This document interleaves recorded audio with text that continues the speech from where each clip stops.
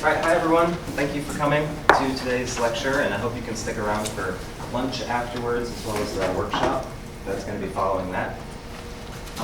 Just really quickly, basic housekeeping things. Yeah, we're going to have lunch available for everyone who attends. And also, right now we're in the visualization lab, so if you've never been here or don't know anything about it, it's part of our research and data services team, which is a unit of the libraries for supporting research at every step of the way, and data collecting and maintaining and planning and all of the things around that. So I highly recommend checking it out if you're not familiar with the research and data services component of the libraries.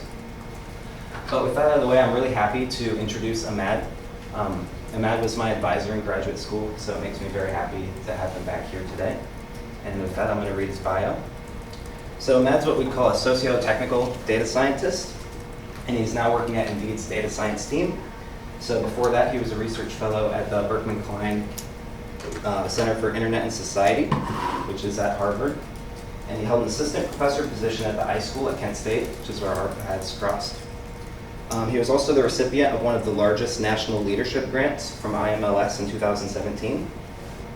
He held a postdoctoral research fellow position at the Center for Global Communication Studies at the Annenberg School for Communication at the University of Pennsylvania. His research formed around the interplay between social and technical phenomenon, and his main research interests formed around the inquiry about how human ensembles use information technologies to organize collective action and the role information technologies play in such formations. And while at Berkman Klein, he worked with the Misinformation Working Group and investigated the use of social media in political contexts. His research has been published in journals such as JAssist, the Information Society, Social Media in Society, and Big Data in Society. At Indeed, he works as a data scientist helping people get jobs. He also works on algorithmic fairness, ethics, and transparency. So please, with all that being said, give Matt a warm welcome.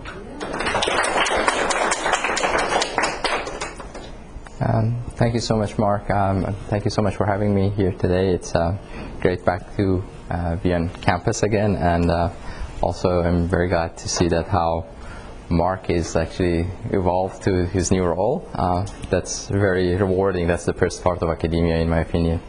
Today I'm going to talk about a little bit, I don't know how much you're interested in, but I know a lot of people are interested in Twitter, but Persian Twitter might be a little bit distant for you. I think Mark gave the background. I just put this slide to say that how these things came out.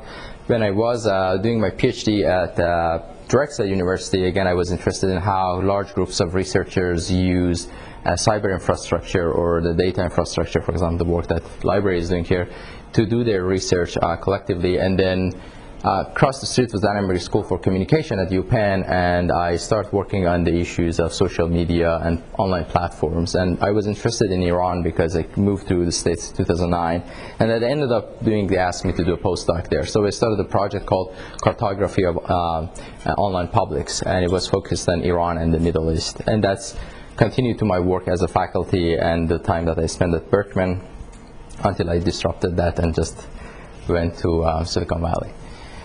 Today I'm going to talk a little bit about the background to this research and why I use this metaphor of cartography, and why I think it's important regardless of where is the context of our research. And then I want to show you a glimpse of two snapshots of the Twitter in 2013 in Iran and 2017 around two presidential elections. From the beginning, when I started looking at social media, I was very interested on use of social media in contentious politics, and especially what I call them eventful moments. And I was thinking that that is very key to understand how people use it as some sort of, we call it repertoires of collective action, to form and co-opt social media for different purposes, to challenging authority. It later became much more popular in the US by 2016 election. There were the conversations about interference of other countries in social media space. so it was for me interesting to study elections. So I was looking at elections in Middle East, in Iran, in Turkey, in other places. I did a report for European Union that was used through a proxy, and at the NGO for European Union. We looked at Poland. So I was very interested to look at these political moments of a lot of engagement that's happening, and how we can understand what that it can tell us about the society and what's going on. And that specific context, social media can look at many things, but I look at two specific things. First was that how information diffused in the network, the flows of information in a Twitter network. And then I try to use some methods to whether we can map the political landscape, the political orientation and polarization in those networks. It's almost 10 years now, not almost, it's over 10 years now. So this use of social media bring to international context in Iran. When in 2009 there was an election in Iran, it was disputed by one side of the people who participated in the election, and so there was a lot of demonstration going on. On June 15, 2009, this is the Freedom Square in Tehran, Ben Curtis from Associated Press captured this photo, which is beautifully demonstrated what was going on in the street. So millions of people were in the street, and so they're demanding. So that started the Green Movement in Iran that goes for a while, and I think it's still, I believe it's transformed Iran's social fabric in a very strong way. But a weird thing that happened outside Iran was that, for example, Washington Times, Atlantics, they post these things they called Iran's Twitter revolution. And then Atlantic, posted this cartoon, and it was like, oh, people in Iran using Twitter for like a social uprising, which was absurd. No one was using Twitter in that scale in Iran. It was so naive, and it was in a massive scale, because the Department of State says that, oh, we requested Twitter stop their updating their service because we don't want to disrupt people's communication in Iran. At the time, later research shows that like 2% of internet users have a Twitter account in Iran. No one was really using it. Before election, Facebook groups was being used for organizing like campaign events or disseminating information, but Twitter was not really a big deal in Iran. And it was a very naive understanding of media and scholars about the events, that how they interact. And partly that was because of our selective exposure. I mean, because people would think that we are using Twitter, probably everyone is using Twitter. And the other part is that we fell in love with the technology that we develop. And now that I'm in Silicon Valley, I see that this is a very severe obsession. The mixed, another component is this is when you're dealing with an unknown territory, when you don't need the social fabric and context of another country, you might come up with things that are really not accurate. So there's a story behind this that I will tell you that why they think it was a Twitter revolution. But for me at the time was that the Iran online publics was like an unknown land for a group of explorers who just come off the ship, come off the boat and say, oh, this is the new India, but actually you ended up in the wrong place. It is America, as we call it.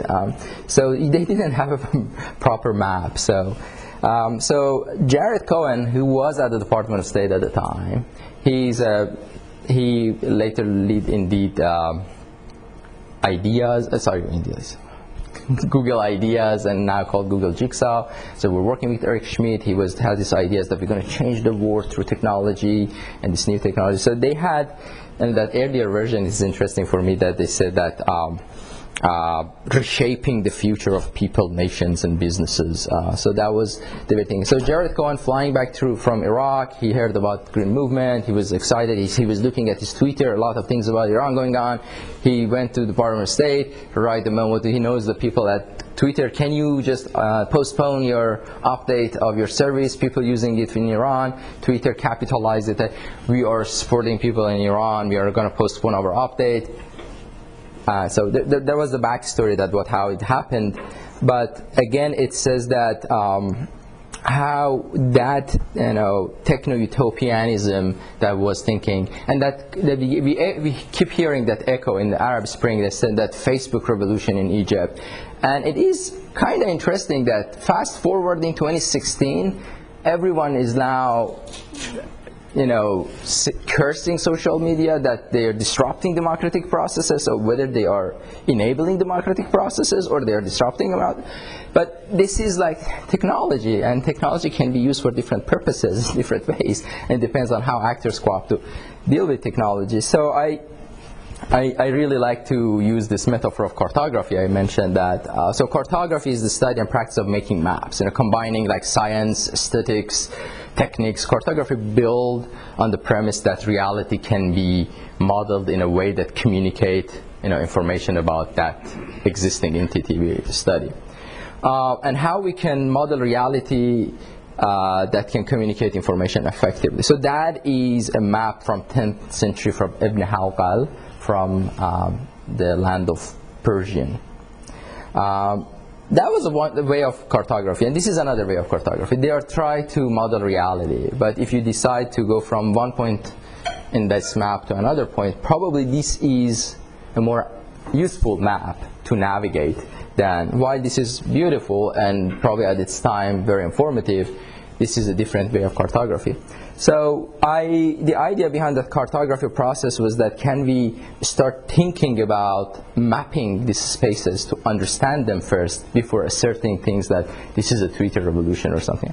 In 2015, James Losey and I wrote a paper about these evolving rapporteurs, because these tools are rapporteurs. People adopt them, use them for challenging authority, and authorities learn how to master these tools and then make them ineffective or use them against activists or those who want to challenge authority. And sometimes state players, they adopt these tools and they start to use them very effectively because they have a lot of resources. If you look at IRA, Internet Research Agency in Russia, so they build these troll farms. Saudi Arabia did it as well. A lot of countries did it as well. They co-opted social media with effective techniques that activists were using it to challenging authority, to getting involved, disrupting some of the process. So the idea of that, how digital media is going to use in contentious politics, it is, I think, very complex. There are multiple, we should take multiple platform perspective, because there's a mosaic of tools that people use in different ways. It is messaging apps, there are other platforms, and people use them in different ways. So if you leave this talk today and want to remember one thing, just remember that it is very complex and it is evolving. You cannot put an assertion that social media are going to democratize somewhere or change things. Things are evolving constantly because there is rapporteurs of tools of actions, and different players can co-opt them and use them in different ways. So the idea when I started this cartography project, that how we're going to do it, said that it should be systematic program study. We have to start collecting systematic data from different sources. Digital trace data can be collected from social media, but you can also look at surveys and qualitative data to enrich those perspectives. And that helps you to understand different contexts. So it is important to have, for example, we look in Turkey, it's a very different landscape. When you look at Iran, it's a very, very different landscape. For example, at the time that I was looking at Iran, Twitter was very small space, but Turkey, Twitter was massive. They had 30 million Twitter users.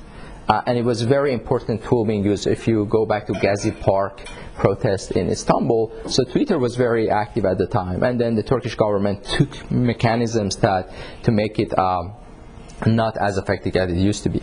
And then the other component is that we have to develop tools and methods, especially using computational social science methods, to be able to understand digital trace data, because the scale of data is very different now. So we are reading millions or billions of data points.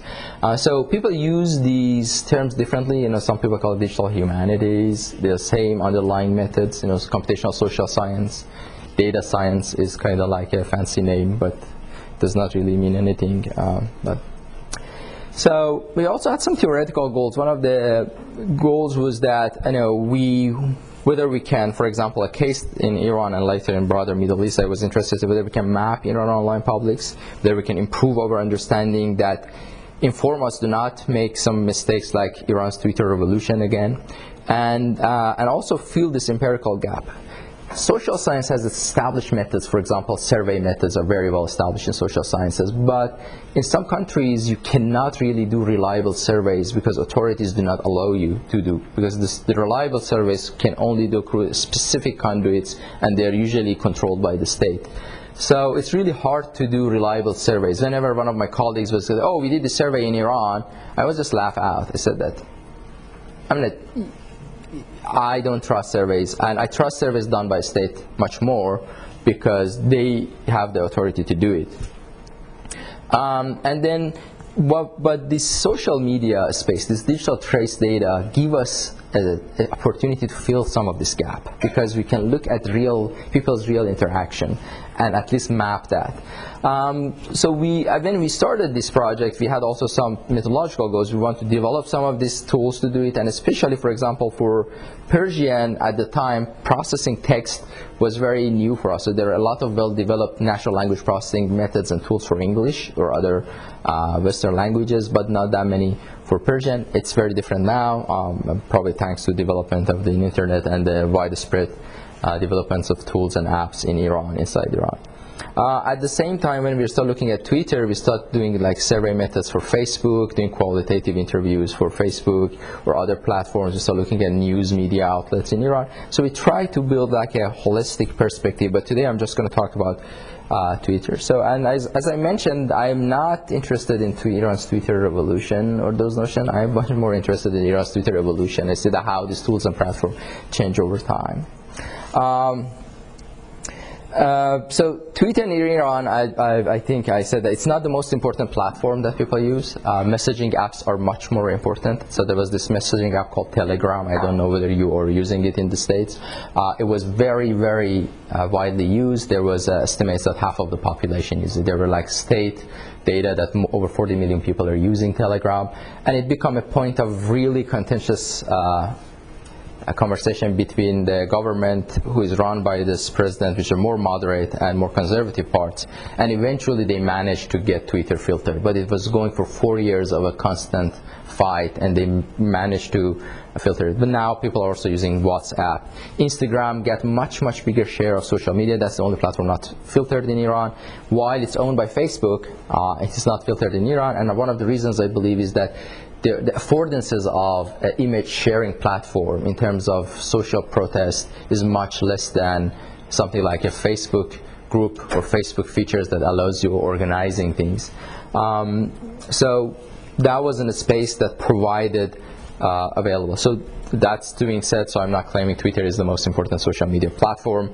It's mostly used by younger demographics and more savvy people. It's also being used by social media elites. And now, it was not the case in 2013. Now it's also being used with institutional elites, further political elites. While Twitter is filtered in Iran, President, Minister of Foreign Affairs, many of members of parliament, they're actively using it for communication. And actually, Iran's Minister of Foreign Affairs is using it very actively for international diplomacy. So that when there's something going on, he's just using it. He's very savvy. And I believe it's also a good proxy, especially for this case that it was very nascent in 2013. It's a very good proxy to understand information policy or the effect of policy shifts in Iran. I used to teach information policy, and I was very interested to see that how election of a new more moderate president in Iran impacted some social infrastructure in Iran, and social media was a case for me. So I tried to study it as a proxy, because sometimes people said that, oh, there's no difference in Iran. I said, no, actually there are some differences, and that's one of the cases that I'm going to talk about. So in this case, that's why I'm comparing 2013, when this moderate president was running for presidency, and in 2017 when he was running for his re-election. I wanted to see that what we can learn from comparing this evolution of Twitter in these two spaces. So the objective of the study was like understanding how information is getting diffused in the network and shared. So for that we use social network analysis. And then we also wanted to map, and I think that was one of the novelties when I did this study in 2013, 14 and 15 early years, that how you can use text mining and machine learning to map political orientation of a social media landscape. And we did this with Persian text. So in 2013, And we use data collection. So Twitter has two mechanisms for data collection. So one of them called REST API, or people call it Search API, and another is the Streaming API. So Search API, there's an archive of tweets. You can search, go back up to 10 days, it depends on, and then there are certain limits to the API that how much you can extract out of it. A Streaming API, the tweets are coming on the fly. You can capture part of it. So again, because Twitter make money from selling that data, free use of that has some limitations. So with the Search API, you can send 150 queries. Each of them can get 100 tweets, 180. 100 tweets every 15 minutes means that you can get 18,000 tweets every 15 minutes. Then it blocks you for 15 minutes window, then you can get in. But because at the time Iran's Twitter was such small space, so by just getting it and just going back down the search index, we could capture pretty much everything. So we could get like 72,000 tweets per day. So we started with a seed set of hashtags and keywords, and then every day we were monitoring because they were emerging hashtags. So we were adding them and go back in the index and collecting them.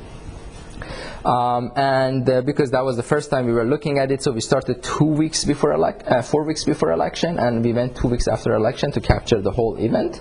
However, later we learned that after election, pretty much a few days after election, the things are just get very settled, so it's you don't need to go that far. So we ended up collecting 3 million tweets. From them, 460K were in Persian, and the rest were English. So one of the reasons at the time people were using a lot of English hashtags like Iran election, which actually popularized in 2009, and it was keep using. Even in 2017 people were using, and that also bring international content. It was like, and there is also some similarity between Persian and Arabic script that bring also a lot of Arabic text, and I'm going to talk about it. In 2017, we were more savvy, we knew how we're going to do it, we're going to capture things. We started using Twitter Streaming API. We started again with a seed set of hashtags, and every day we were adding the data, the emerging hashtags. We ended up having 94 keywords and hashtag at the end. We collected for 25 days this time. We just go 6 days after election. And we ended up getting like 2.3 million tweets only in Persian. And it was a 6-fold growth in comparison at the same period in 2013, which has like 350K in 25 days. And this is interesting because the global growth of Twitter at the same time was 1.5. Twitter has a 50% increase. Iranian Twitter has decreased 6 times. So that was something that Twitter started being used more in Iran. And I believe that was one of the effects of the post-2013 election. That was one of the basic things that we saw. So this is the workflow that we use for our social network analysis. We started looking at, we filtered tweets for Persian. We created some different data sets. We started extracting and processing tweets. So we looked at retweet networks, because retweet networks is how information being shared in the network and diffused. So that is a proxy for information diffusion in the network. Because we were interested to see how information being disseminated in the network, we started looking at the retweet network. We also looked at reply and mention networks, but the most effective way, if you want to look at how information gets spread, you look at the retweet network. So we calculate centralities to identify who are the most influential users in the network. We use eigenvector centrality and PageRank that tells that who is the most connected to the most connected people. So that's a well-established metric for measuring influential users. And then we collected the first 100 most influential users, and then we collected information from their profile, do qualitative analysis, what are their political orientation, what's their characteristic. We also run community detection algorithms. So community detection algorithms try to identify clusters of similarly liked users in a network, the people that patterns of communication are similar. And then we start looking at those communities and the content from those communities to understand what's the political orientation of those community members. For our machine learning workflow, which was mostly focused on text mining, so again, we identify Persian tweets, we get a set of tweets. We wanted to classify them based on their subject, political orientation, sentiments toward different political name entities. So we hired 3 graduate students who were native Iranians, fluent in Persian, and then they annotated manually a training data set. We used that training data set to train our classifier and our machine learning algorithm. Then we apply it to the rest of the data set to identify the sentiments and political orientations that I will report later. So to give you more detail, so to compare it side by side, and this might be a caveat of this study because things changed 2013 to 2017. In terms of machine learning, it was a massive change that we started using more advanced tools, and so it's not as consistent as if I use the same method later. So in 2013, Twitter didn't have a language detection. The language that you get in the metadata was what user assigned my language is English, and they were tweeting in Persian. So in 2015, Twitter implemented a language detection algorithm, which is pretty good, but they built some assumptions. If a text is full of like hashtags and URL, they said undefined, because they said this is not a sentence. This is not a proper writing. So you get a lot of things with a lot of Persian hashtags which can convey meaning, because if you said that, let's say, president, hashtag thief, you want to say that president is a thief. So you convey meaning, but Twitter said that undefined. So in 2017, while Twitter has a pretty good language identification, we use the fast text classifier, which is developed by Facebook Research, to identify further things that Twitter could not identify a Persian, and actually we got an extra 5%. So in 2013 we used Language ID, which is a platform used, and we had a 97% accuracy with that, with getting that. So in 2013 we used a Stanford classifier, which was a very good state-of-art classifier for text classification at the time. So we had identified the languages, then we identify subject, and if there is a proper noun of any of candidates existing in one of the tweets, then whether so if there's a subject is politics and there's at least one candidate detected, then we try to detect sarcasm, sentiment, election participation, and political orientation. So at the beginning we were ambitious. Can we say that this tweet encouraged people to participate in election or discourage them? Because that was a big conversation at the time in the social. Some people said we have to boycott election. Sarcasm is very strong in anything Persian, plus when it takes into politics. But it is extremely hard to detect, and we learned our lesson. So in 2017 we didn't try to look at some of the things. 2013 gave us the basis what works and what does not work. So we could not detect political orientation just from the text. We could detect political orientation through the sentiment people express toward names entity. For example, if you say a lot of hateful things about that candidate, you see that you oppose that political party or that person, so we can identify. But we could not easily detect that, what's your product, and part of it's because of the sarcasm involved in it. And election participation was like almost really impossible to get good results. So in 2017, as I mentioned, we used Twitter Language ID, then we used fast text, and then for classifying sentiment, we did only sentiment analysis in 2017 because that was the most successful thing that we could do. We use fast text, which is a very advanced way of doing it. The reason is that it look at, when it's vectorizing text, it look at character level. So you don't look at words only. And because people use a lot of emoticons and a lot of abbreviations which are not normally used in a proper language, it's very good for short text or social media text for analysis, and it can give you a very good classification results. And the process was very similar in that sense. So I just want to give you some basic stats about that, how some of the very basic things can tell, or at least create some hypotheses to test. So the total number, I said that you have a 537% increase in the same period of the time. But another thing which was interesting and there was drastic, that the number of link people share and how much the proportion of data is retweet. In 2013, it was more user-generated content being shared. People were sharing their ideas. But in 2017, people use a lot of links. And when people start doing that behavior means that they start using the platform as an information dissemination platform, not just expressing your ideas or personal expression. So you'll start shifting that.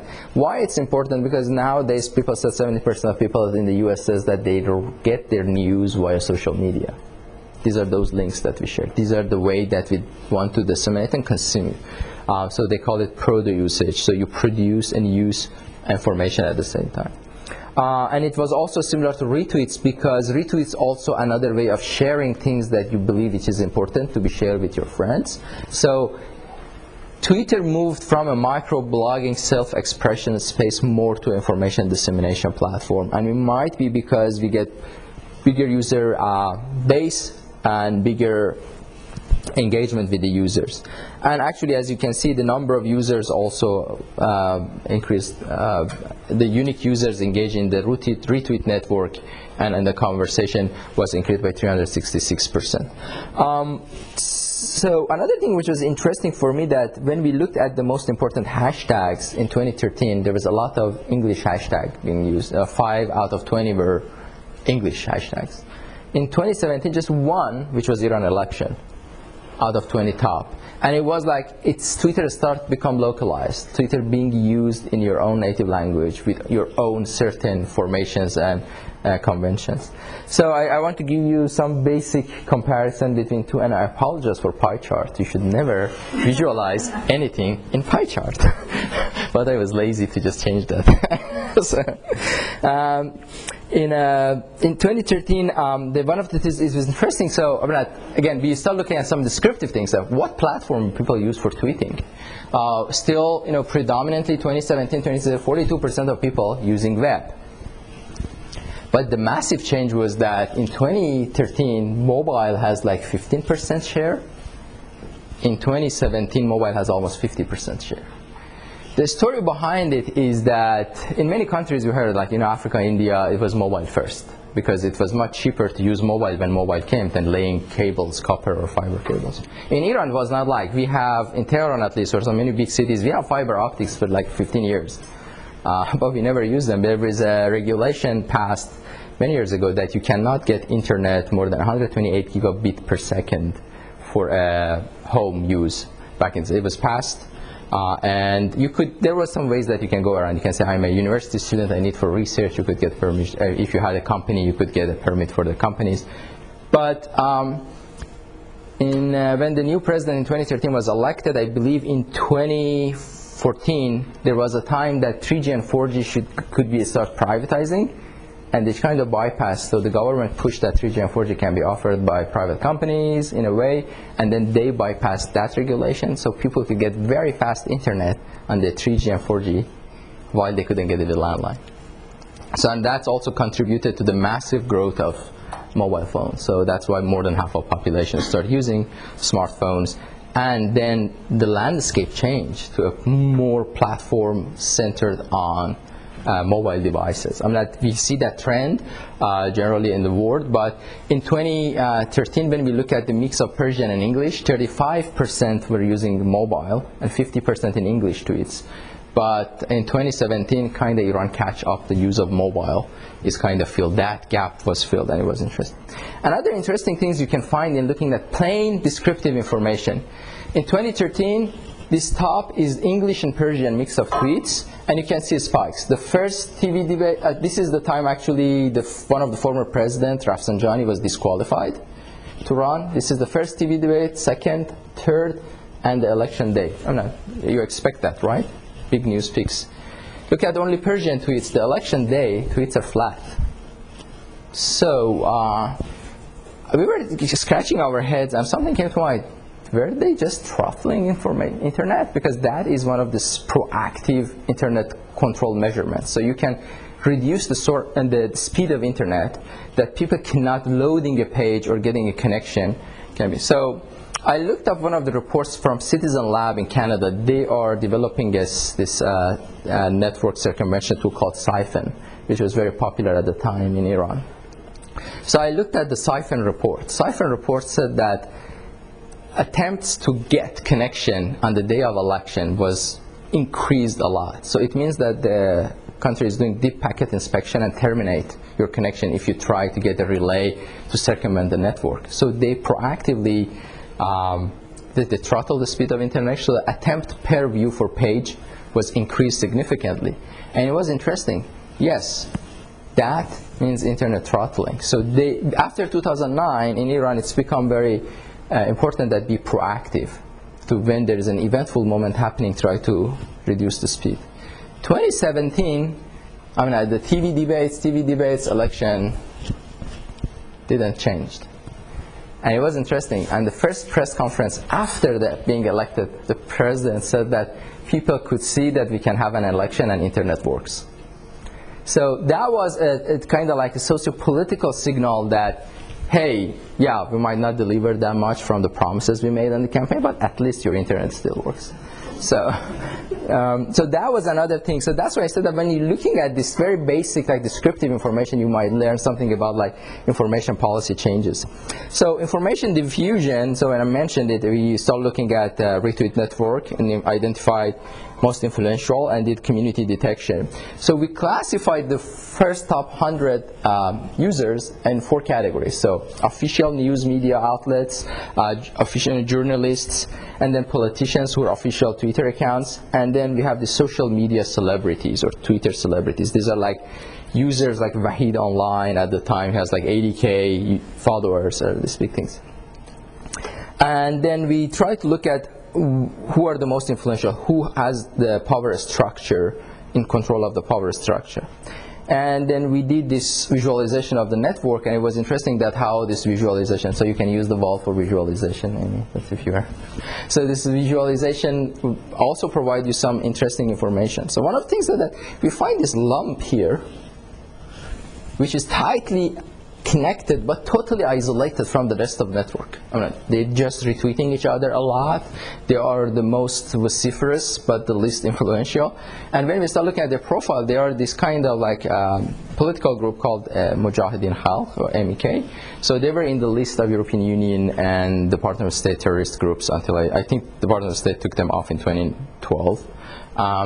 So, and they have an army of the users that are retweeting each other. But the interesting thing is that this is Iranians who are inside Iran probably talking, but no one interacting with them. And it is interesting in a sense that sometimes like Rudy Giuliani or other like politicians, many times they're kind of citing or retweeting these people as the voice of people of Iran, while they have no conversation with the Iranian community. So that was pretty interesting. But if you start looking at the political affiliations of the people, for example, you see a little bit of green here, which was 4% of the network. These are the conservatives at the time. You get a mix of like social media-led reformists and a group of other people who were like expats, tilting toward reformists but not completely reformist, and then you got the blue reformist group and this orange group. So the makeup of the network is like about 70% in the controlled by reformist campaign, 4% was at the time by like conservatives inside Iran. The MEK has its own 7% of the network by that size. So that's that was the makeup. But another so let's go 2017. 2017 we got a very nicely pronounced borders of the communities. It seems that you got the massive reformist camp, but now they are accounting for 52% of network. Actually, against the conventional wisdom that opening up might let reformists get the upper hand, the conservative community tripled. They are 12% of network now. MEK, that blue one is there. They are also double the size, but they use a lot of bots. And they use a lot of fake accounts. And then the Iranian expat community, which are like, hey, we are not participating in this election. So they are like in between. So they are this orange one. So you got this very nicely pronounced boundaries. And it was funny that the president picked purple for the color, but this automatically picked purple. I don't know how the system understood. There might be another artificial intelligence. And it was interesting that you got these lumps here, and on top, they are bot networks. And these bot networks came out of this, user factories, so they just generate, users. So it was very interesting that what happened. So in 2013, you have this mixed mash of reformists, 3-4 groups of reformists, like orange, deep purple, dark purple, pinkish purple, blue. There was a little bit of news media journalist here, a little bit, but in 2017, it seems that, I don't know whether it's a polarized environment, something, the boundaries are very, very pronounced. And the surprising thing was that actually these are conservatives to get the most gain. So they tripled their size. They're 12% of the network. However, they are in minority, but they got the most gain. And 7 to 8% of the whole network was botnets. So I want to show you the change transformation of power structure. In 2013, more than 70 accounts of the top 100 were social media elites or celebrities. They went to 30 accounts. But in comparison, when just 2 news outlets were among top 100, now 15 news outlets. Journalists, like 25 of them, politicians, almost 20. So the institutional elite are gaining pushing back the social media elite. Because one of the early days, I remember Yukai Bankler, he's a professor at Harvard Law and one of the people at Berkman. In 2006, he wrote this book, Wealth of Networks. And the idea was that how these new platforms give users space and we can change the power structure, more flat power structure, everyone has a voice. Give it some time, the entropy works and other things works, the power structure is going to regenerate itself. So that's my idea, is that that's very user-generated content space, heavily dominated by user. It's now become too much more balanced. It is now distributed across all users. And as I mentioned, those botnets, in 2018, New York Times had a very good reporting called The Follower Factory, that if you're a celebrity or something, you can go buy from one of these bot factories that generate users that imitate a lot of human beings. And both campaigns were using them. So this is Iran's president. They had like a very common name in Persian, Emad Karami. It's going to be decent. This guy has 4,000 followers, tweeted, but the account was generated May 2017. Election was May 19. So it was, and then it was interesting. Then I started looking at these things when I was at Berkman. I started getting like this community that are bashing, Iran and then Saudi Arabia, and then you start looking that both countries were using like these fake accounts, creating. So the Iranian accounts, they're just generating content in Arabic, and then when you go down, so there are some tricks how you can find it. If you go, they have like these nice photos, but you search the photos in Google Images, they pop up as someone real person's photos, so they're using these things. You look at the dates the accounts are created, there are some hints they cannot really hide, because Twitter is controls. Some of them now created accounts, they make them dormant, they do anything, but they're going to use them like in 2024 election or something, because they invest in bots to use them later.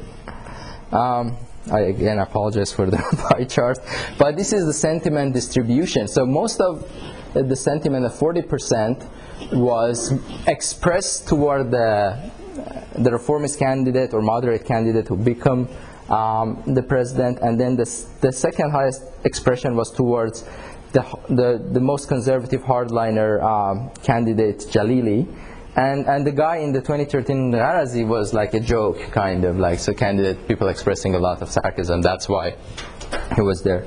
In 2017, things a bit shifted. It was interesting that Jalili and Rouhani was at the two pole of candidates. In 2017 was the same. Rouhani got a lot of sentiment expression, but Ghalibaf and Raisi were like the most important rivals. Ghalibaf, stepped out of the race like 2 days before the election, and Raisi was the main conservative candidate. In 2013, if you look at negative positive distribution, you see that all the red is negative sentiments, blue is positive sentiments. So all conservative candidates get more negative sentiments expressed towards them and then the positive sentiments. And the two reformist candidates, Ryan at the time, they got disproportionately more positive than negative. So this is one thing. These are the tweets that has a sentiment toward that name entity. Does not mean that everyone loved those candidates. In 2017, there was a change. The negative sentiment about all conservative candidates was really high. But it is interesting that Rouhani got much more negative sentiment. Still got 70% positive, because there were also some neutral, if you go back slide, you said that it was about 14% at the time, but in next year it seems that the critical voices are increased. So this guy, Jahangiri, was the vice president, is that correct? They made a strategy, because if he was the only reformist, he's going to be bashed by all conservatives in the debates. So he came in as the candidate and did a lot of things. Actually, he got a lot of he was so popular that you have to get out. You become more popular than the president that wants to run. So he stepped out, but he gives some space. Some people said that in a democratic, Sanders and Warren kind of try to hold that left wing, because if one of them step out, that the only one will remain being bashed by other candidates. So that was what we did. We also built a small platform. I want to show that we did some topic modeling that Mark did a lot of work in it when he was my graduate student. I just quickly go to give you some time for questions. So my conclusion for today was that Persian Twitter has a growth rate much faster than the global trends. The environment and practices are transforming. We see that they become localized, more in use by the Iranians in the way that we want. The power structure is changed from the social media elites to institutional elites. The same, I believe, one of my friends who was also a PhD student at Drexel, and he looked at the 2012 election in the US. At the time, when we compared my result of 2013 with 2012, it was very stark, because that institutional elites are so powerful in the US Twitter. It seems that Iran's space is also transforming. It has a lag. It's still predominantly in favor of reformists, but more critical perspectives and more conservatives are present. Now I'm in tech. I was like, what's the impact of your work?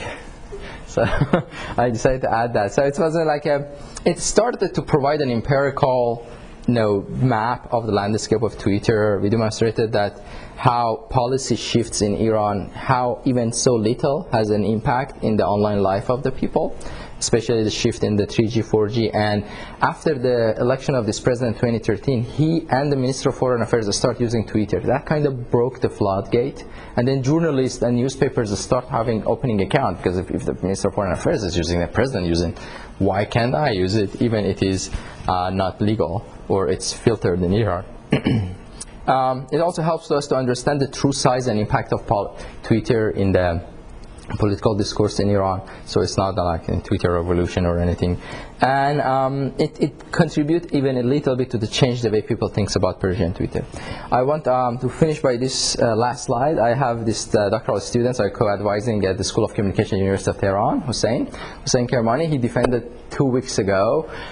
Hussein actually picked up my work and extended it by doing a fantastic qualitative work on top of it, because he looked at the narratives.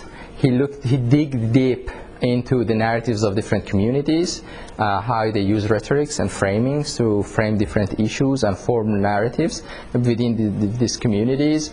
And he did a fantastic dissertation, and he defended. Now he's officially a doctor. Yeah, here was my presentation. Thank you so much. I have a Twitter handle, but it's kind of, I said to this guy that I mentioned this morning, I kind of feel hypocrisy, because I quitted all my social media accounts except LinkedIn, because I have to keep that. I still have a Twitter account, but I don't log into it. I haven't logged into it since July 2018. But yeah. Okay. Thank you. Do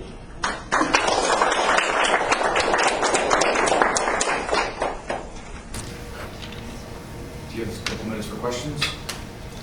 Sure, yeah. Any questions? Thank you for the presentation. It's actually answered many questions in my head, because I'm from Turkey, by the way.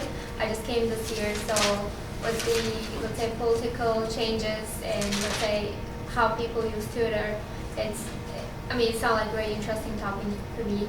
It's just only thing that I've been like questioning for a while, that while looking this Twitter and like I said with all the analysis, is it like possible to, let's say, guess what is the actual, let's say, the result or the political situation or the favor comparing the whole country?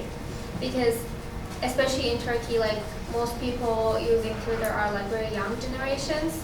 So while I'm looking at this old visualization and trying to, let's say, sit in my mind that how it will be in Turkey, but when I look at the actual Turkey population and political views, it will be very different than Twitter. So is there a way to like connect them, or is it a different type of study to connect? All right, that's a great question, and actually that's a great point. To give everyone be careful about what they say about social media. That's actually one of the things that if you look at the social media in Iran, you're seeing a window to a slice of population, as in the Turkey, younger demographics, more tech savvy, and it gives you a distorted version of the reality. Because if you go to, I traveled, for example, to Central Anatolia. I went to like Konya and other those cities.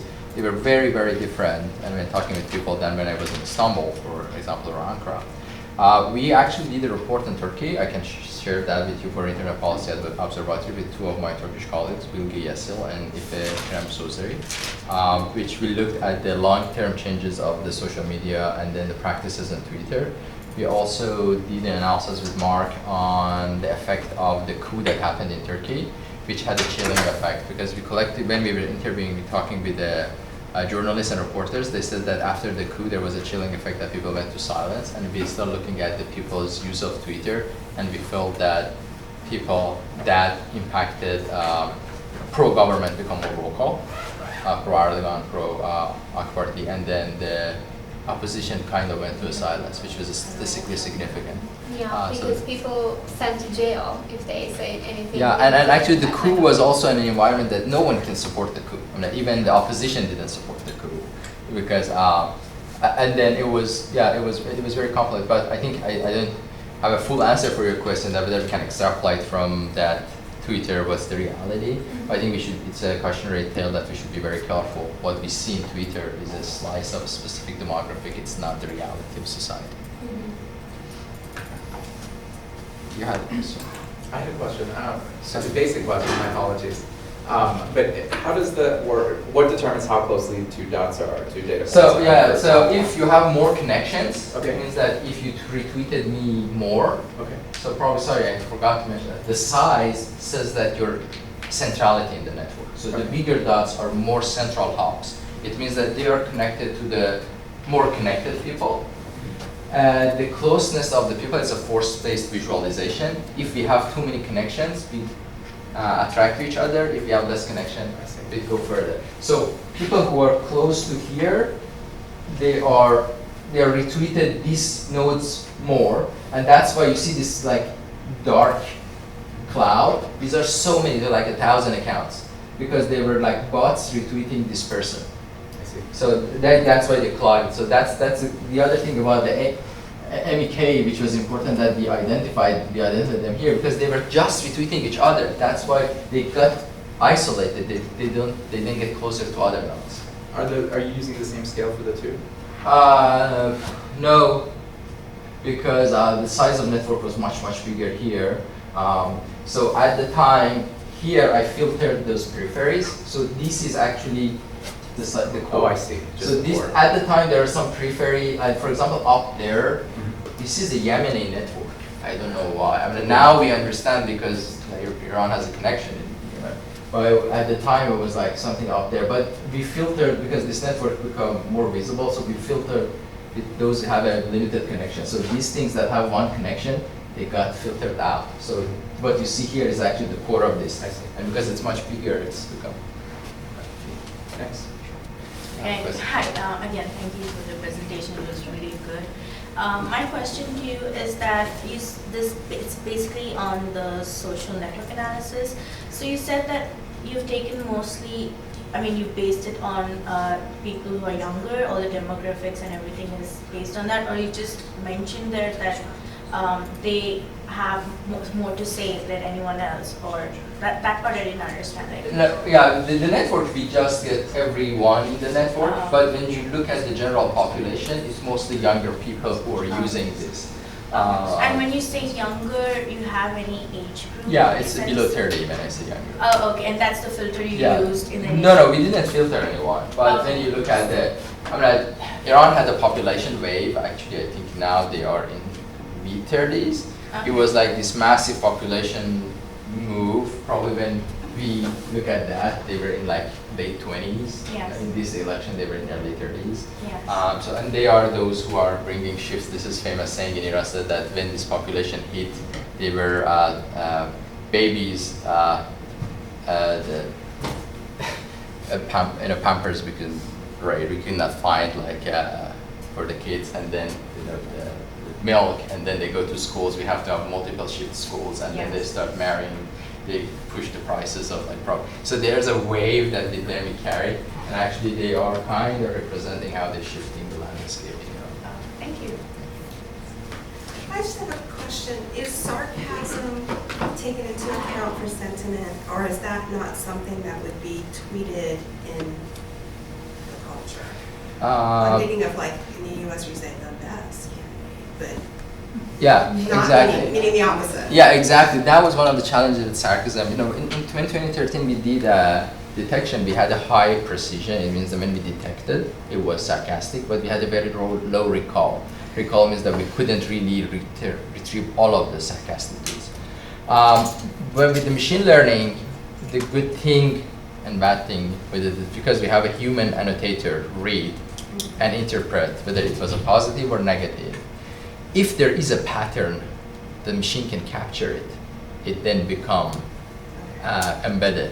Because when we had this annotator initially 2013, they did like annotate the 500 tweets, and then we put them in a room and said that write a manual for yourself that how you aggregate. So they have to debate that why it is positive or negative. They come up with that. So what things we take into account, and then they annotated the rest of the data set. So if they interpret it as a human, that was a negative while using. That's why, actually that's a great question, I forgot to mention. That's why we didn't use lexicon-based sentiment analysis, because one of the ways that people do sentiment analysis is look at the lexicons. If you have so many positive or good terms, it's a positive thing. And that was how they were using it for a while. But they failed miserably when you have sarcasm, because they said that, oh, this is awesome, but it meant that it was like a disaster. And actually there are research that says that lexicon-based sentiment analysis, which a lot of social science researchers were faced. You're familiar with the LOC, LWIC, word in context. That's the method people are using for lexicon-based. And then the machine learning approach, which actually look at the patterns that it can capture, it provides much better results. I forgot to mention, in 2013, one of the reasons that we didn't use a lexicon-based was that we wanted to avoid that because sarcasm was big. The other reason was that we didn't have a dictionary of positive negative terms for Persian, so we decided let's do machine learning way. And that's a human annotate and then try to machine learn the how it was, what sentiment had.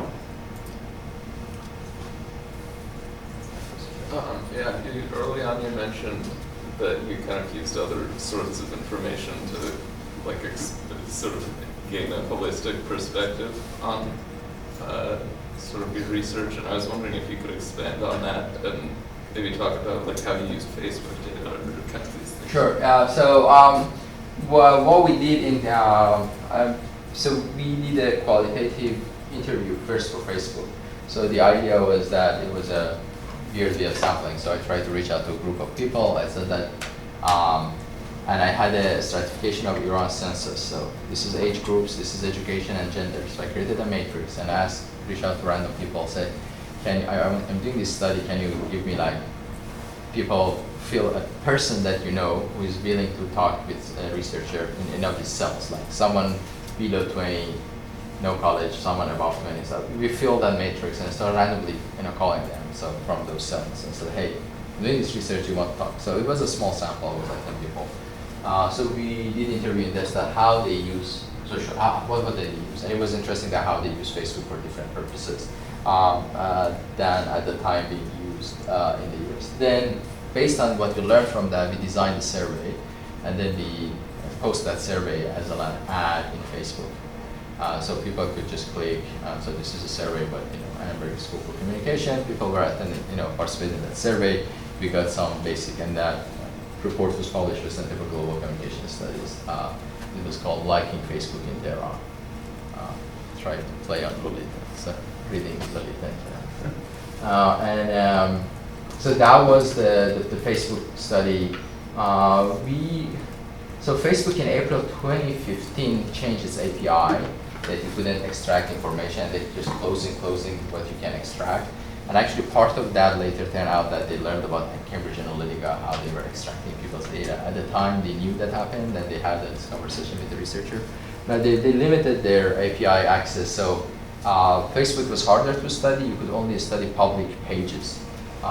That we collected some information I never analyzed. That was the Facebook front.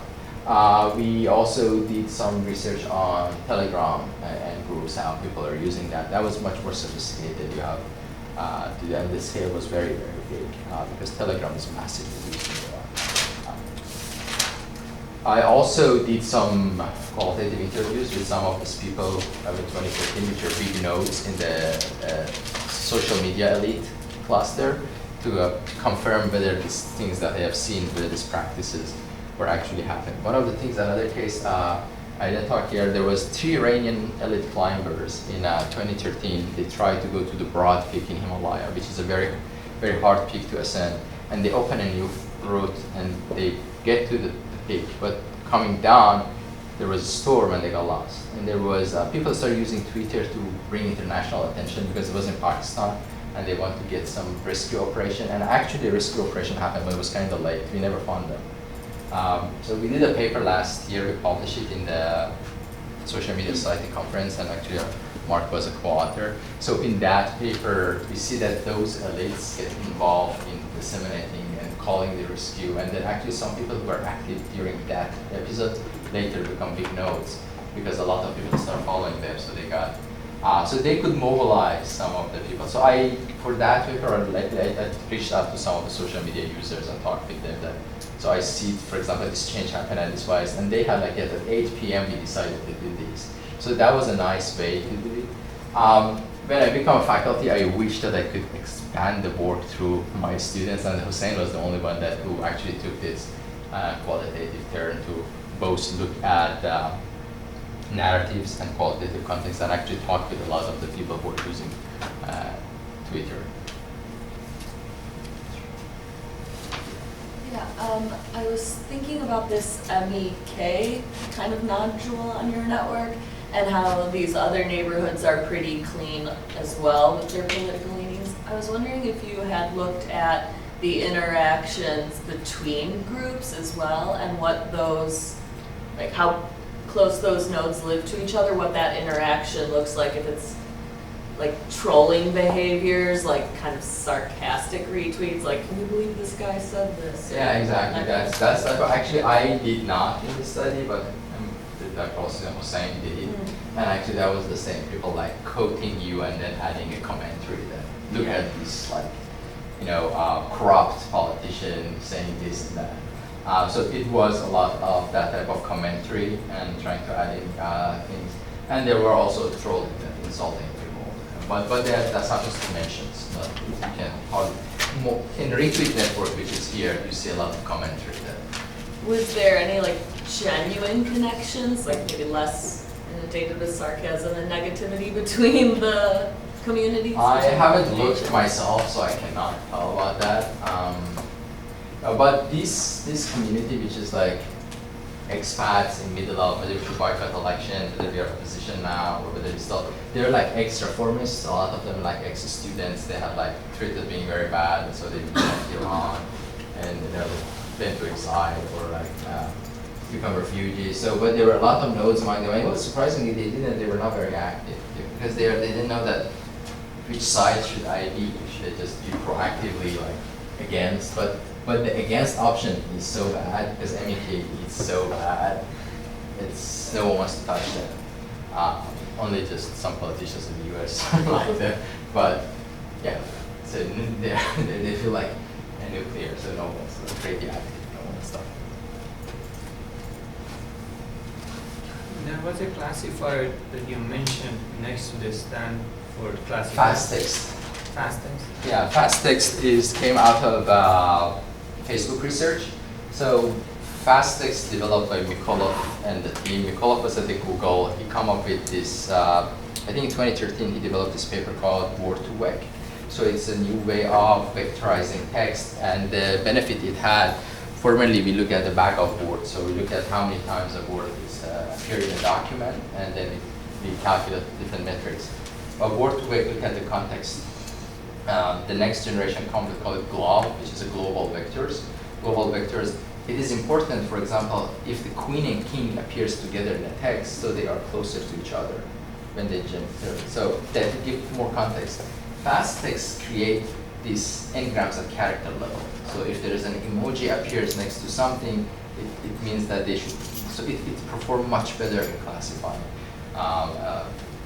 So and fast text is super easy to use. I mean, you can use it through command line or Python or R. Thank you. I have a question, but it's kind of out of my ignorance because I'm not very familiar with the party dynamic in Iran, and I guess because the reason I'm asking this question because I know in the United States people say left and right, but the left right definition in China will be different, and so I don't know in this situation Reformist Party and Conservative Party how do you compare with the U.S. politics? Yeah, so they're not comparable with the U.S., but I can tell you, and again, the visualization understood it. The conservatives are who call them right, the reformists who call them left leaning. But left in Iran also changed. Like in 1970s, lefts were like socialist communists. Then now these are, and that's why they use reformist term. So in Iran, we just categorize 4 groups, broadly speaking. So we call the reformists. They want to they don't want to overthrow the government, but they want to ask for some reforms to change international politics and internal politics. Conservatives want to maintain status quo. You have then opposition, which is usually called to expats who are outside Iran, that they oppose the existence of the Islamic Republic, so they have to overthrow the government. So these are and then you have these things like MEK, they were the extreme part of that. So some of the opposition even don't talk with them because they said that these are killing people, or they used to kill people. Thank you. Yeah, sure. Okay, if there are no more questions, we can give our speaker another round of applause.